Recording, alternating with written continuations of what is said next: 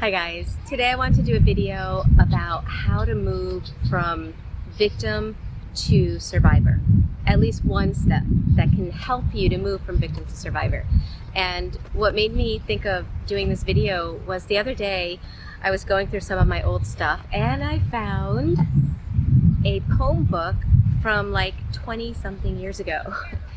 And I was reading through this poem book and I want to share with you something that I wrote when I was just at the beginning of being in relationships with people that possibly were covert narcissists. Now at this time I had no idea what a covert narcissist was, and the extent of my knowledge of narcissists at that time was probably somebody that loved to look at themselves in the mirror, or somebody that was like high on how they looked. I had no idea what was underneath NPD.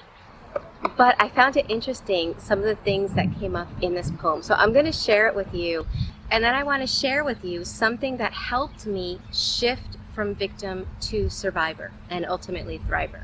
And it has to do with the stories we tell ourselves. Okay, so this was my story and I expressed it in a poem, and this is what it says. And it's interesting, when I opened up this book, when I started getting into relationships with covert narcissists, even my handwriting changed, which I thought was really interesting. But here it is. Driving recklessly without destination, my head is pounding, overflowed with frustration. The radio I frantically change from station to station, seeking a song that's able to provoke me to tears, allowing me to release my emotions and face my fears. As a mere stranger explains me through rhythm and rhyme, who knows my despair at being sentenced to serve time, sentenced to life, for imperfection is my crime. I'm silently falling, I humbly confess. I always tidied up, but never could clean out this mess. My heart continues to harden, giving less and less. From a shout to a whisper, I continue to fade as I pull the covers over my head and lie in the bed I myself made. So just some interesting things that I wanted to point out about this poem was the fact that I felt like I was in prison, right? I was sentenced to life. And I knew that my big mistake, my big, fault that was causing so much misery in my life was the fact that I was imperfect. It was almost like imperfection was being used against me, as if the covert narcissists in my life were perfect and could do that to me. But I just wanted to say that I noticed that. I also found it interesting when I said, always tidied up, but could never clean out this mess. And it made me think of, by tidying up, I think I was referring to the fact that I was doing healing work. Even at that time, I was healing from childhood wounds, right? I was tidying up, but I was never really getting to the core of the problems, which is why the next lines make sense, because it says that, I wound up in a situation where I had to lie in the bed I myself made. So I don't know, I just thought it was very interesting. I knew nothing about narcissistic abuse, but it was interesting to see how I described my emotional state at that time. So what does that have to do with shifting from being a victim to a survivor? Well, when we look back at the times when we were in a relationship where there was emotional manipulation, emotional trauma, it's very easy to get stuck staring at the pains that we went through. In my face-to-face coaching, I get a lot of people that tell me, I lost so many years of my life. I lost relationships. I lost jobs. I lost financially. I've lost so many things.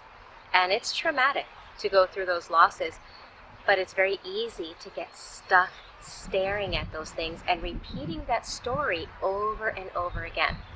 So something that helped me to shift was to change the story that I told myself. And in my 3-month workshop, it's one of the exercises that we do in the class, or it's one of the voluntary exercises that people can choose to do in the class.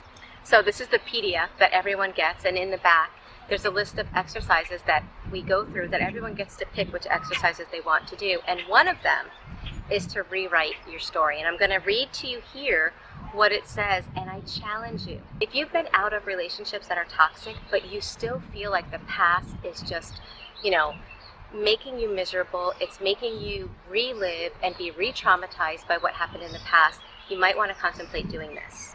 So the exercises that we go over in the workshops, some of them are to heal the past and they activate your limbic network.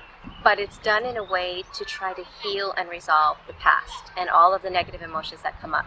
But a lot of the exercises are designed to strengthen your prefrontal cortex, which is the part of your brain that gets affected because of CPTSD, because of narcissistic abuse, because of emotional trauma. It gets weaker. So anyway, this is one of the exercises that really helps with your prefrontal cortex. So again, it's rewriting your story, and I'm going to read to you the exercise here, and I challenge you to try to put it into practice in your personal life. Rewrite your story, give a 5-minute talk about your life, shifting it from the painful memories that you had in the past to all that you have become now. Rather than focusing on the negative experiences you have had, you will focus on what you have learned, overcome, and what strengths you have developed. And now I give a small example of my situation. So for example, my negative story. I was raised with narcissistic family members that triangulated me with my siblings. I tried to commit suicide as a teenager and ran away at 16 years old with nothing but the shirt on my back. But sadly, I ran right into the arms of toxic individuals that wound up treating me worse than when I was growing up. I spent over a decade and a half in psychologically abusive relationships that erased my whole self-identity to the point that I had no confidence, no self-identity, no value, no self-esteem. I didn't even have a voice. I felt like an empty tomb that was existing instead of living. Okay, you get the idea. So you could pour out as much negative as you want. So what happens is we wind up repeating that story over and over, especially the losses. Like, I gave up this, I gave up that, I lost that, I became this, and we're staring at the negative over and over again. Changing the story sounds like this. And by changing it, we're not denying it, we're not pretending, we're not living in a fantasy world. We're honoring what happened, we're just changing the meaning of what happened. Okay, so this is how I did mine. Even though I was raised in a toxic and emotionally abusive household, I am so glad that I don't imitate those toxic behaviors. I have empathy for others. I really like the person I turned out to be. I'm so glad my suicide attempt failed because I am experiencing so many amazing things in life. Traveling, becoming a parent, having close reciprocal friendships, a rewarding career. Even though I was in different relationships with malignant, covert narcissists, I am so proud of myself for having the strength to end those relationships and put an end to anyone abusing me. I have 2 amazingly beautiful children that are emotionally healthy and who I am having a great relationship with. Also, thanks to the experience that I went through, I turned a passion of helping others into a rewarding career that lets me meet people all over the world. Looking at where I am today, I am so proud of my strength, resilience, compassion, and empathy.